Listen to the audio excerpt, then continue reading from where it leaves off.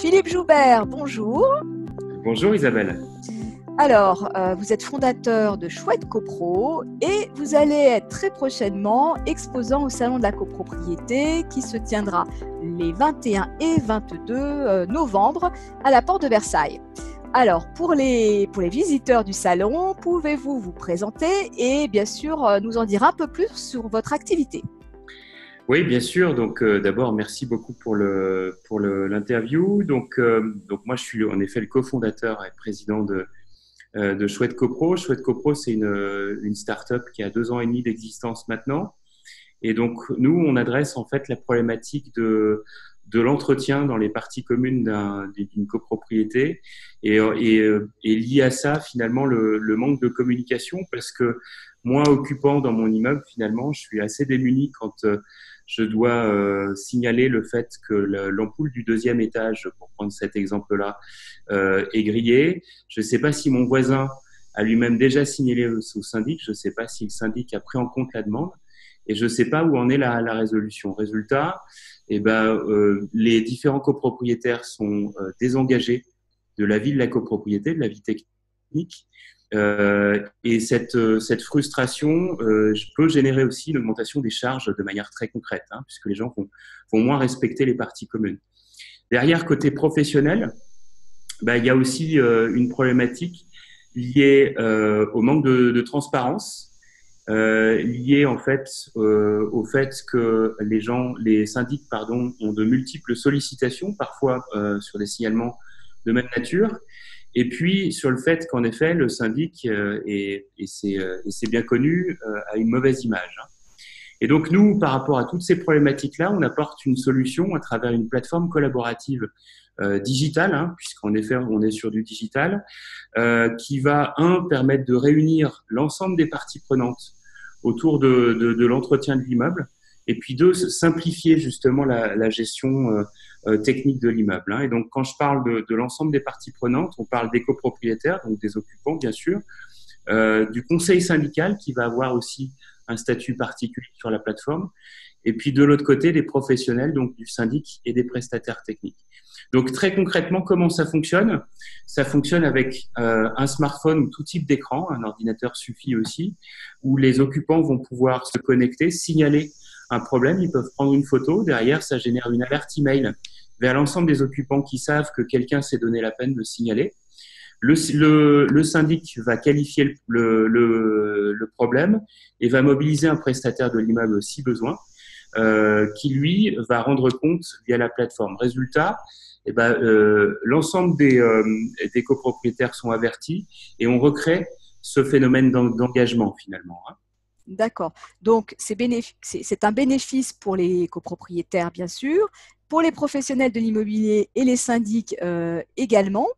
Donc, en fait, qu'est-ce que vous avez apporté de nouveau et de révolutionnaire sur ce marché de la copropriété?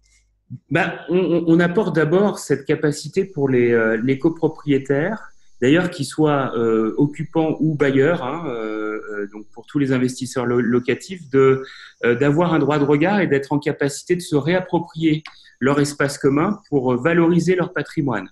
Et ça, en réalité, c'est une petite révolution parce qu'on sait bien qu'au jour d'aujourd'hui, les gens ne se déplacent plus en AG et sont totalement désengagés de la vie de la copropriété.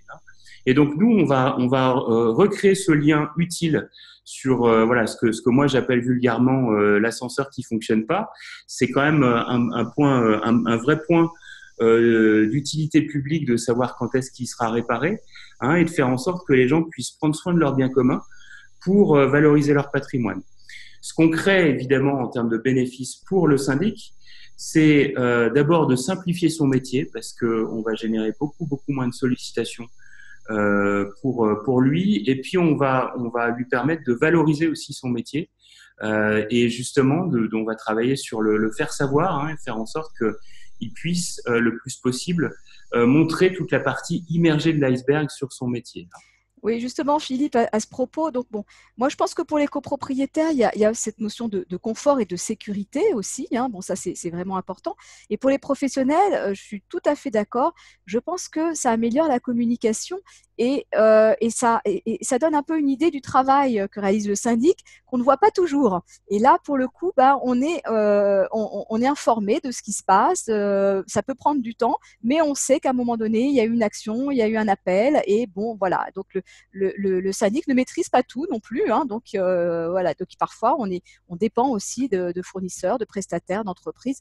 Donc ça, il faut le savoir. Donc je trouve ça très très intéressant. Alors, ma dernière question, parce que bon, on est pris par le temps, c'est comme ça.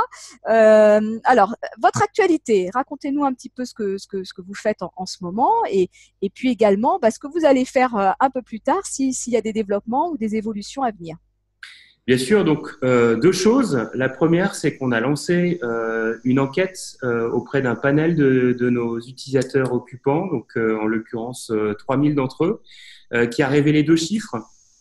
Le premier, c'est que pour 90% des personnes qui ont répondu, la plateforme améliore la relation entre le conseil syndical,